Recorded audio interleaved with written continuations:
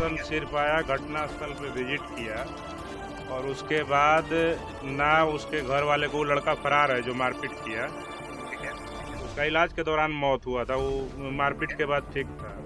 प्रशासन एक दिन घटना स्थल जांच करने आया, ना उसके घर वालों को उठाया, ना किसी को। देखिए सर, बहुत ही मतलब केस नंबर कितना है? 245/24। जी जी। अच्छा अच्छा अच्छा अच्छा। हाँ, और एक और मामला है सर, इमामगंज में एक लड़की का रेप का मामला है। लड़की को सुने कि बयान वयान बदलवाने का दबाव करवा रहा है जो। अच्छा, लड़की छेड़ने वाला होता ना तो जो लाश घुसा से पीटने आए थे, पट्टा से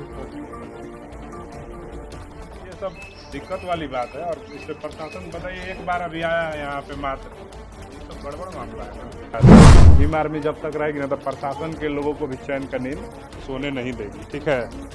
प्रशासन के लोगों को भी जगा के रखेगी और हम लोग अलार्म बजाते रहेंगे। जब घटना होगा पुलिस के अलार्म बजाएंगे, इनको पहुंचना पड़ेगा, ठीक है। सुरक्षा की दृष्टि से क्या आप कह रहे हैं? सुरक्षा की दृष्टि से हम बात कर लेते हैं, ये जो SHO साहब हैं, प्रोबेशनर DSP हैं, उनसे हम बात कर लेते हैं और बोलेंगे कि जो परिवार है भयभीत है, इन पे हमला भी हो सकता है, डराने का प्रयास कि उनकी माँ आई विटनेस है उस घटना की और हो सकता है कि उनकी हत्या का प्रयास किया जाए, तो इस घर पे सुरक्षा मुहैया कराना होगा हर हाल में।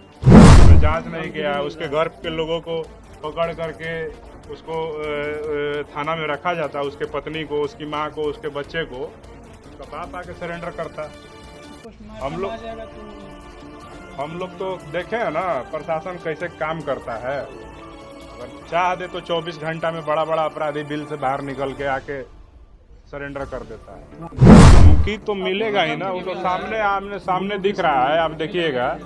तो देखिए ये हालात है। अब तो SSP साहब से बात किए तो कह रहे हैं कि हमको ज्ञात नहीं था कि ऐसा मामला है।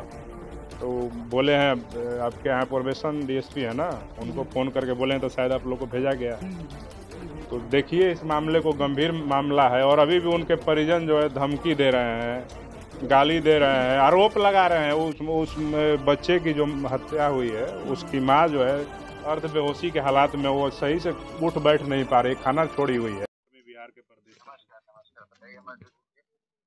कह रहे सर कि एक आपके चंदौती थाने में डिहुरी गांव है, वहां हम आए हुए हैं। एक युवक था, क्या नाम था? सुमंत कुमार। उसको एक व्यक्ति उसी के गांव का मार मार के मतलब कि हत्या कर दिया। बहुत बुरी अवस्था। मामला एक किस डेट का है? 29 तारीख को। और प्रशासन सिर्फ आया, घटना स्थल पे विजिट किया और उसके बाद ना उसके घर वाले को, वो लड़का फरार है जो मारपीट किया, उसका इलाज के दौरान मौत हुआ था, वो मारपीट के बाद ठीक था और मगध मेडिकल में मौत हो गया और उसके घर वाले फिर लेकर आए, उसका अंतिम संस्कार किए। प्रशासन एक दिन घटना स्थल जांच करने आया, ना उसके घर वालों को उठाया, ना किसी को। अब देखिए सर, बहुत ही मतलब केस नंबर कितना है? 245/24।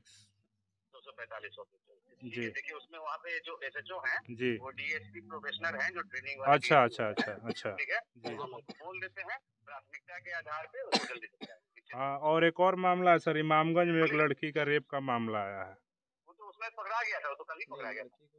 लड़की को सुने कि बयान वयान बदलवाने का दबाव करवा रहा है जो। ना लड़की तो पकड़ के जेल भी गई, लड़का को तो पकड़ के जेल भी भेज दिया गया।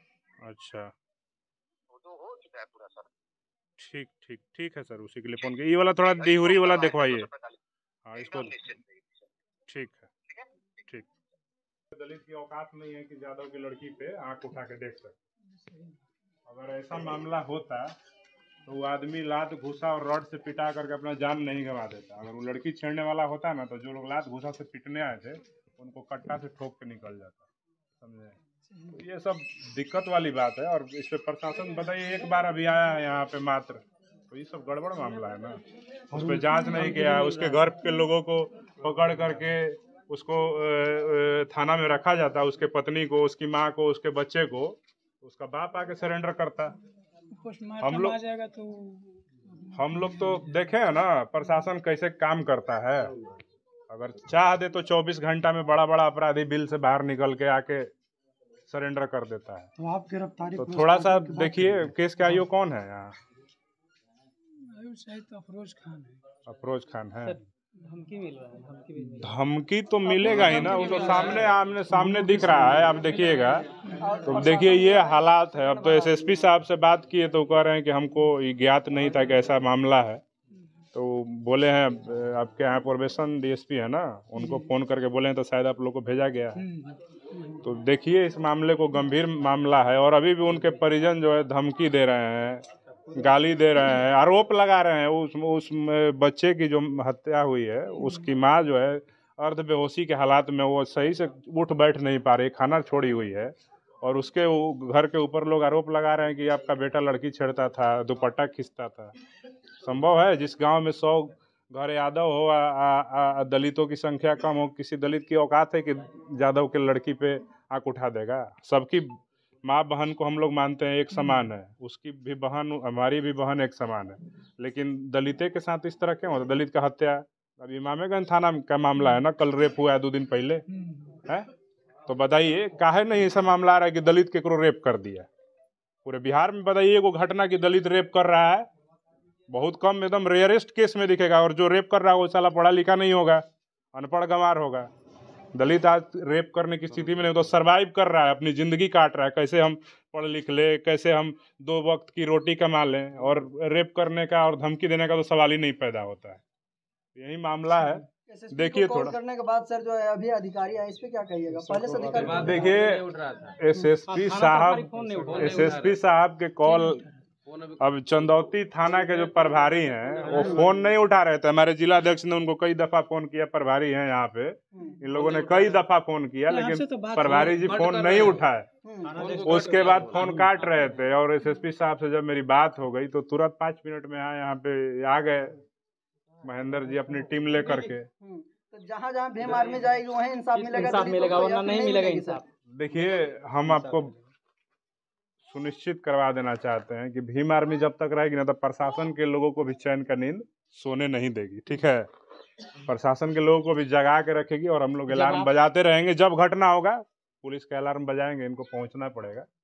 ठीक है, सुरक्षा की दृष्टि से क्या आप कह रहे हैं? सुरक्षा की दृष्टि से हम बात कर लेते हैं, ये जो एसएचओ साहब हैं, प्रोबेशनर डीएसपी हैं, उनसे हम बात कर लेते हैं और बोलेंगे कि जो परिवार है भयभीत है, इन पे हमला भी हो सकता है, डराने का प्रयास, कि उनकी माँ आई विटनेस है उस घटना की और हो सकता है कि उनकी हत्या का प्रयास किया जाए, तो इस घर पे सुरक्षा मुहैया कराना होगा हर हाल में। ठीक।